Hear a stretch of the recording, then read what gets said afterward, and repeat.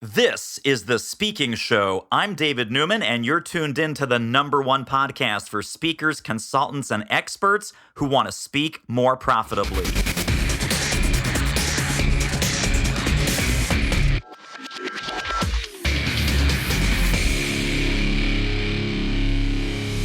Well, your leadership, I don't know. Your communications, who knows? Hiring, firing, retention, it's a train wreck. But I have the man to help you with all of the above, Mr. Tom Borg.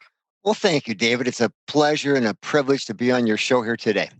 So I just mentioned super quick all of the fantastic things that you do. Let's start with your backstory. What brought you to the work that you're doing today, and what were some interesting professional stops along the way?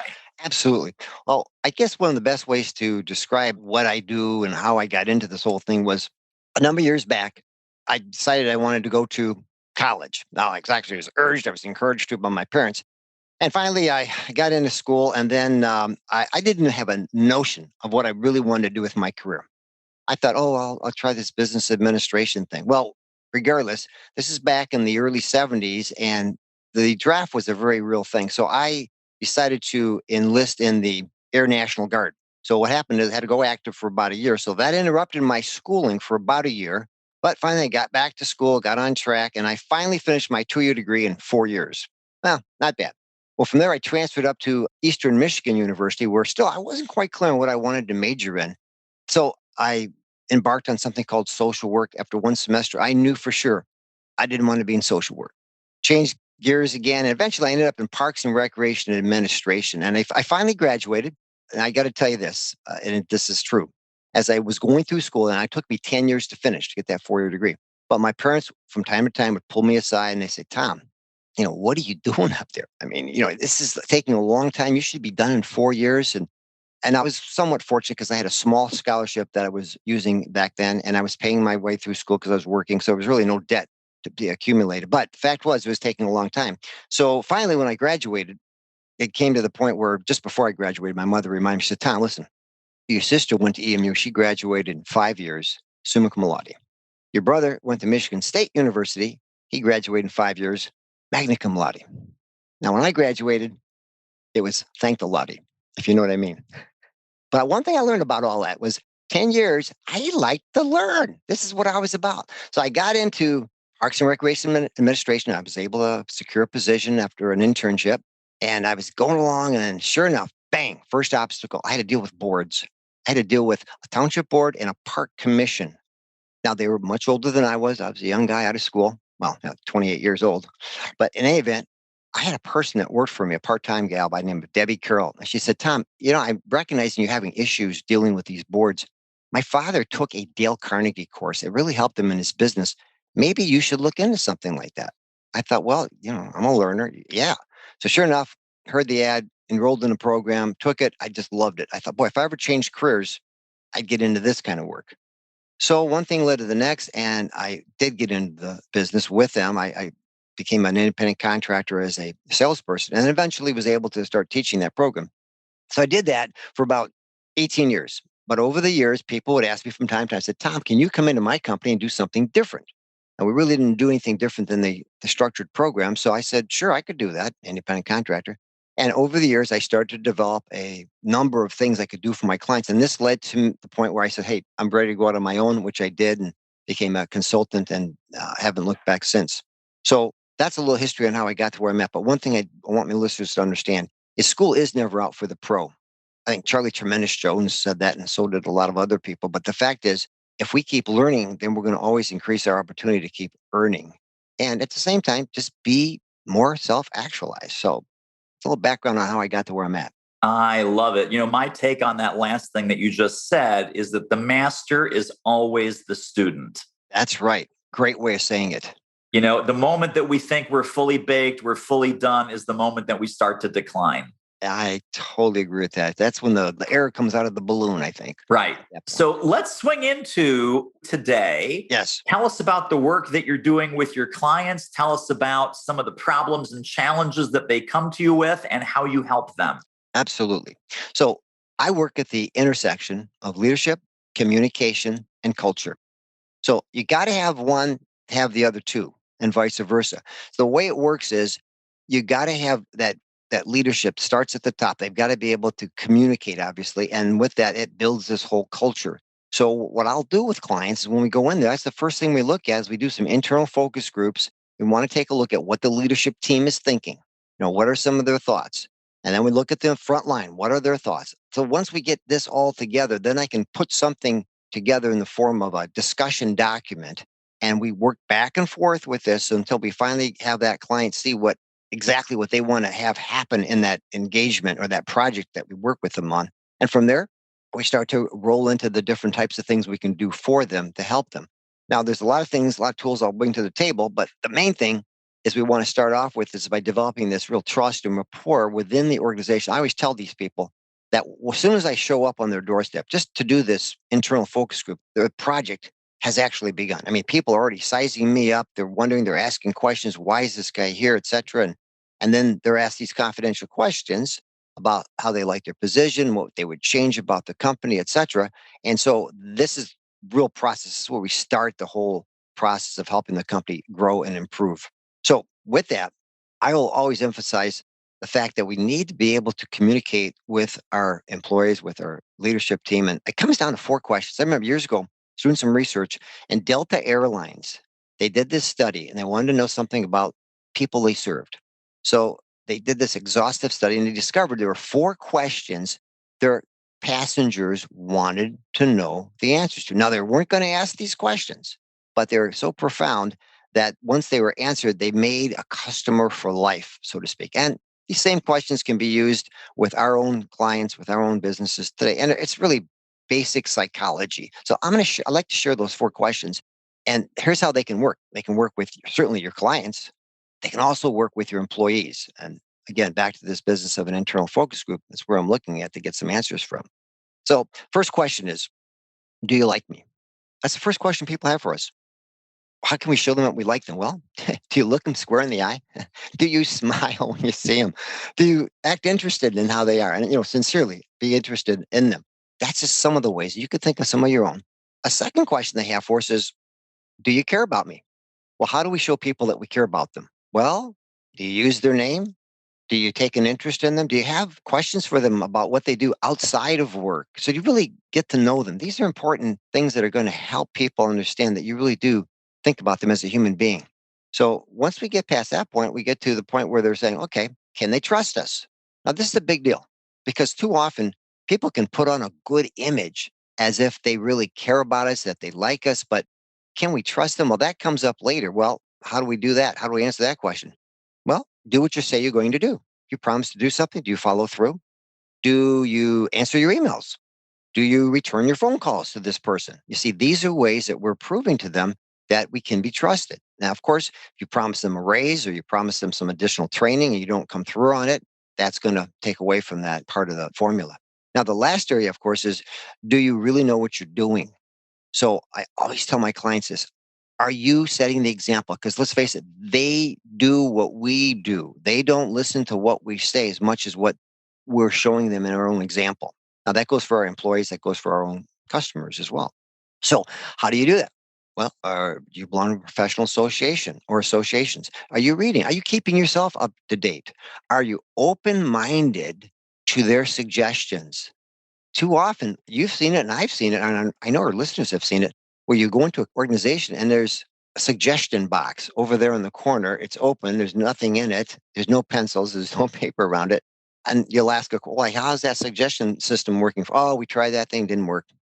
Well, then you're not getting any kind of two-way feedback going on in your organization. So again, are you open-minded to learning from your own employees or from your customers, the people that you serve? So this is a great place to start. Answering those 4 questions. If our listeners get just that out of today's interview, 4 questions, they can answer those 4 questions for their clients that they serve or for the employees that work for them. They'll be ahead of the game, ahead of the game. Very, very powerful. Let's just recap the 4 questions. Number 1 was, do you like me? And then take us through the rest. Next, do you care about me? Third, can I trust you? And 4, do you really know what you're doing? Man, that is so, so powerful. That is a powerful set of leadership questions. It's a powerful set of sales questions. It's a powerful set of retention questions. Frankly, it's a powerful set of culture questions, right? Absolutely. Are we setting a culture? Do we have an environment? And is that environment consistent across the organization where every manager's team would answer favorably to those four questions? Sounds incredibly simple, but Tom, I'm guessing a lot of the companies that you work with, they would not score well on the test. You're absolutely right. It's unfortunate, but it's true. I think many times they have the best intentions. Hey, running a business is not easy. Never was, never will be. But the fact is, if we focus on what's really important to our team members or to our clients, I think that's going to put us ahead of the game. But with everything else, fires having to be put out, the economy, COVID-19, whatever else is coming our way, it makes it difficult to focus on those. So that's why it's good to bring someone like yourself or myself or our listeners in, if they're consultants, on how to help a client see some of these issues or concerns and then bring some type of solutions to the table that they can help them put into action. Hey, this interview is a real moneymaker. If you're serious about ramping up your reach and revenue as a speaker, trainer, or expert, book a confidential speaker strategy call with our team. The link is doitmarketing.com/call. It will be the most valuable 45 minutes you invest in your speaking-driven business. Speaking of value, let's get back to the show. Now, I know that you also do a tremendous amount of great work around assessments. So, any CEO listening, any manager listening, any other consultant who might be looking for a partner in this, people go, well, Tom, how do I find out the answer to these questions? How do I find out what my people are thinking? How do I find out how my people are behaving? Those are magic questions, right? How do I get X-ray vision into what's really going on? Assessments is one of the key ways that we do that. So talk a little bit about your work with assessments and some of the revelations that maybe a couple of recent clients have had that they had no idea was in their company, but the assessment helped shed some light. One of my clients, he shared a story with me where they were using assessments with the previous company he was with. And how it worked was he had an engineer that worked for him, and he could not get along with this guy. Every time he'd bring him in to do his update, this engineer just wanted to give him all the bells and whistles. He had all these graphs and charts, and Rick just didn't have time for it. And he told him, he said, let's just get to the point. Well, this made for a very blunt relationship between the two of them. Not a very productive relationship, I should say. So finally, what happened is Rick was able to bring in a company to do some assessments on himself as well as his engineer. And what they learned was that this engineer was the type of guy who was very high C, very analytical, very detail oriented. And that's just how he was. And that's how he wanted to communicate. And he felt that was his responsibility. Well, Rick, being a high D or a driving type or a dominant type, he just wanted the facts and he wanted to get the information and then be done with it. Well, finally, once they understood each other, it was a great revelation. So what they worked out is the engineer, twice a year, not every month, but twice a year, he'd come in with all the facts and figures and details and all the bells and whistles. And he was happy to do his little presentation. Well, the other 10 months, he'd come in and say, well, Rick, here's what the basic facts are. Here's what we need to know. And boom, out the door. So when I got into Rick's company and we started to do this for all of his people, not his new company that he was with, this is where we started opening up doors of communication, where we did something with their leadership team. On one occasion, we flew people in from around the country. And here we had people that were butting heads with the customer service center here at the main location in Michigan. And it was like the light went on when these people were able to look at each other side by side and look at each other's assessments and understand where they were coming from or how they were wired, right? So this is the key, to understand how other people are. Now, there's lots of different assessments that are out there. I always recommend go with the scientifically validated assessments because they're proven, okay? They're tested and they're validated. And there's lots of different ones out there. So just choose wisely. Now, there's several different types of assessments. So we have the behaviors. I always tell people, if you think about an iceberg and that tip of the iceberg, that 10% that you see above the water, that would be your behaviors. That's something you can usually see. It's what people do and how they do it. To get down below the surface, we need to look at things like driving forces. And that is what motivates a person to do what they do. And there are 12 different driving forces. How about emotional quotient? Very popular today, but it's very important, is how emotionally mature is somebody? Now, the key is, with this one especially, you can change that. Emotional intelligence can be developed over a course of time. And doing the right things, being coached, you learn how to develop that skill set, that intelligence. Another area is acumen. That is how you see the world, how you actually are able to perceive the world. And then how are you able to perceive other people and relate to them? So this is another powerful assessment. There's, of course, engagement assessments, how you can test the water as far as how engaged your employees are in their position, in their work. So there's a number of these assessments. What they all do is this, and they're not something to help disqualify or eliminate people from your company, but rather help identify their strengths, their potential areas for growth, and then work those into a continual development plan for that individual. And now you really have something. You hear it so often today, David, especially because of this fact of the challenges we're facing on the economy, finding good help, right? Well, if we look a little deeper, it's not just a paycheck that people are looking to get from a company. They want a culture. They want to be part of something.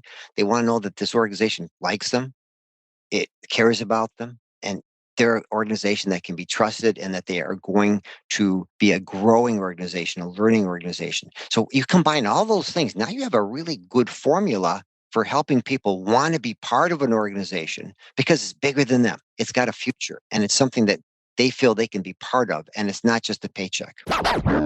Super quick commercial break. Isn't this interview amazing? If you'd like to get more ideas on how to start or grow your speaking business fast, pop over to our free training at doitmarketing.com/webinar. And Tom, I'm curious, now that we're in this kind of post-pandemic hybrid world, I'm guessing that a lot of folks that were working from home and not in an office environment anymore, if I have a problem with Brenda over in accounting and Brenda has a problem with me, even if we work together or have some sort of handoff, for the last 18 months, I was able to avoid Brenda and Brenda was able to avoid me. And now we're coming back in the office 2 days a week, 5 days a week, whatever it might be. Are you seeing an uptick in this kind of culture collision where I just spent 18 months dealing as little as I can with people who I don't like or who are unlike my own personality? So now I have to reacclimate. And this is a really great time to get into this kind of culture situation because the culture separated and now the culture is coming back, at least to some degree, back together. Right. And it's coming back differently. People have changed. The world has changed. Their viewpoint of the world has changed. Their responsibilities have changed. Certain people are still we're very concerned about their health. Okay, they come back to work, but is it really a healthy place? And if I go home, are my family going to be safe? Am I going to bring something home? So people have a different view of the world. And yes, we have people that are saying, hey, wait a minute. I like working from home. I seem to work pretty well from home for the last 18 months. Why do I need to come into the office? And we're seeing these conversations right now where people are saying, listen, if I can't work from home, at least part of the time, I'm not coming back. And there are other places out there who'd be glad to hire them. So this is another issue. I like the term that's been used now. It's called reboarding. It's like you get off the plane. Now we got to get back on a plane. But guess what? We got to check things out. Things are a little different now. They move things around. So this is part of that whole equation, I believe. When people come back to work, yeah, they got to still deal with Brenda over here, but I'm a different person and Brenda's a little different. How do we figure this one out? And you put your finger on something else also, that when people are leaving companies now, there is a hiring frenzy, right? There is a talent shortage right now that we have not seen in a generation. And it's always the best people that leave first. It's not the middle performers and the low performers. That's right. They're still hanging on to the lifeboat. But the top performers, there is such demand. And they're getting 5, 6, 7 job offers when they put themselves out on the market. Talk about how some of what you're doing with consulting and with assessments and with some of the training programs, how does that impact hiring the best people that may be available on the market, but more importantly, retaining the people that you really can't afford to lose? Absolutely right. I can tell you this. I have a personal friend. He is in technology. Just had a conversation with him 2 weeks ago about this. He gets 5 calls a day from different headhunters. A day. Can you imagine? He's out looking for a job. But that's how hungry that market is out there. So to answer your question, one of the nicest things about a culture in an organization, if you can create the right culture, people are going to want to work there, right? But at the same time, people that you've got there, they're going to want to stay there. When you're looking to hire someone, we've been using these assessments in this way. We'll assess that candidate, and then we'll go a step further and have a little debriefing with that candidate and say, listen, this is how this culture fits you. So now all of a sudden, they're seeing tangible evidence that, yeah, not only do I like this place, but in black and white right here, here's how this culture really would work for me, or this company would really work for me. So this is a nice way to bridge that gap between the competitiveness of trying to get a good person to come into your company and want to work for your company. So that's one way about that. I'd like to Well, say I more wanted about to that. ask you also, because the demand for talent is so high, the cost of a mishire, the cost of a hire that doesn't work out has always been high. Mhm. Now I think it's astronomical. Talk a little bit about, with your training around leadership, culture, maybe some of the assessment piece again, how are we eliminating or reducing some of these mishires? Great point. Yes, and it's very expensive to hire the wrong person, as we all know, and there's all kinds of formulas out there for it. Basically, from what I've heard, you can guesstimate whatever you want, but it's about 2.5 times whatever it costs to pay that person for a year. That's what's going to cost you to lose that person once you've hired them and everything else that goes with it. So the key there is when you bring people on, you've got to look at what is it going to do to create the kind of environment that keeps this person there. But the assessment, what that can do is help gauge maybe this isn't the right person. As hungry as you are for a new person to come in and work for your company, this isn't the right individual, or maybe the position you're hiring for, they're not a good fit for. But where else in the company could they go? Where else do you have a position for them, or maybe could create a position for them? That's where this business of benchmarking comes in. When you look at the position you're hiring for and you benchmark it against the 5 best people that have been in that position, and you then create an assessment around that. And then when a new person comes along that you want to hire, they take the assessment and it tells you how close they are to the mark. They're not going to ever hit the mark 100%, but they'll be closer to it. Now, here's another thing to think about, David. When you think about this business, we've heard so much about the good to great and getting the right people on the bus in the right seats. Other question is, do you have the right bus driver? And secondly, does that bus driver have the right GPS system working? So does he or she know where the company is going? And is he the right person to lead that organization? That's another thing you want to take a look at. And there's nothing wrong with that. There's nothing to be ashamed about. If a person is not the right fit to lead that company, or maybe someone on the leadership team, then we need to do some looking at the situation. Maybe that person needs to move into a different position in the company. Maybe they need to go to a different branch of the company, or maybe they need to be given the opportunity to go work for somebody else. In the long run, they'll be happier, and so will the company. Right, exactly. Last couple of questions, Tom. I know Yes. that some companies are known as leadership factories. Mm. So back in the 80s and 90s, it was GE. Last couple decades, it's Pepsi, meaning that people that get hired out of those companies always get hired into a leadership position, and or they have a very strong bench. So they're developing the farm team, the A's, the double A's, all of those people. They rarely need to hire from the outside Mm. because they've done such a great job with leadership development on the inside.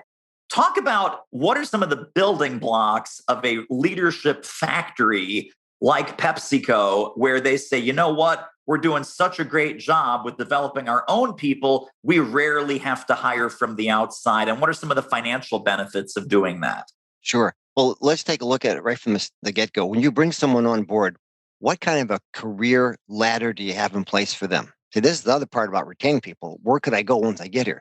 But this career ladder needs to be looked at and saying, all right, here's where your position is now. If you do this, this, and this is how you can get to the next level, if that's what you want to go to. Or if you want to go over here to the other side of the company. But the idea there is first have a career ladder in place and explain and be very clear what this person needs to do to get to the next level. Now, you've got structure. Give them that opportunity to raise that bar, to get better, to take the classes, to get the experience, and measure it on a regular basis. Now, here's the thing we're looking at more and more nowadays: is business of the annual review is out.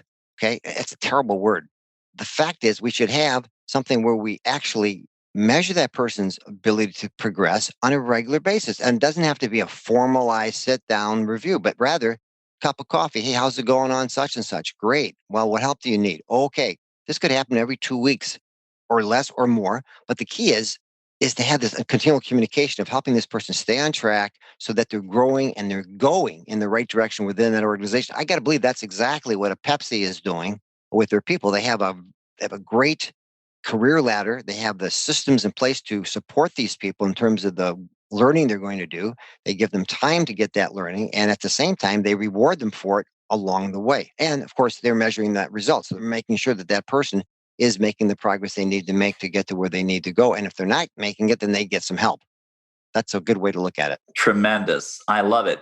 Let me ask you two final questions as we start to close. The final question is, where can people get connected and stay connected to more Tom Borg brilliance? But before we get there, if folks were to take one overarching concept from our conversation today about leadership, communications, culture, how all of that fits together, how it should fit together in this world that we're living in right now, what would you like that final concept to be? I'd like to quote somebody by the name of Robert Fulghum. He wrote the book, All I Really Needed to Know I Learned in Kindergarten. And one of the quotes out of that book I felt is so appropriate for today's discussion. When we look at culture, leadership, the idea of communication, here's his quote: "Without knowing it, we fill empty spaces in each other's lives." So without knowing it, what are you doing for the people that come to work for you? What are you doing for the clients that want to get your products or services? How can you fill the empty spaces in those people's lives? If we do that, I think we'll always be on the right track to doing what is going to get us to where we want to go. Wow, very profound. Now, people do want to connect with more Tom Borg. Where should they go? Where can we send them? What are some links? What are some things we can point them to? Thank you. Go to my website, tom@tomborg.com, or give me a call, 734-812-0526. That'll get you right to my private line here. I'll be happy to give you a free complimentary discussion call on what we might be able to do to help you out, or just give you some further ideas than what we spoke about today. No obligation, just simply an opportunity to have a chat with me. But again, tom@tomborg.com. That's Tom, TOMBORG.com, 734-812-0526. How about LinkedIn? Are you a big LinkedIn guy or no? If they go to my website, they can connect with me on LinkedIn right there. Okay. Yeah, but I am on LinkedIn. They'll just need to go to that website first. Well, Tom Borg, you are a rock star. Thank you for sharing all of those gems of wisdom with us. People are going to need to re-listen to this episode. Grab all of Tom's contact information directly below this episode at thespeakingshow.com. And Tom Borg, you're a rock star, and I appreciate you. Thank you for stopping by. Thank you for having me, David. My pleasure. Well, that wraps up another episode of The Speaking Show. Hey, tell you what, if you like us, rate us and review us on iTunes. Subscribe. Tell a friend. Go grab the notes and downloads and extras at thespeakingshow.com. See you next time.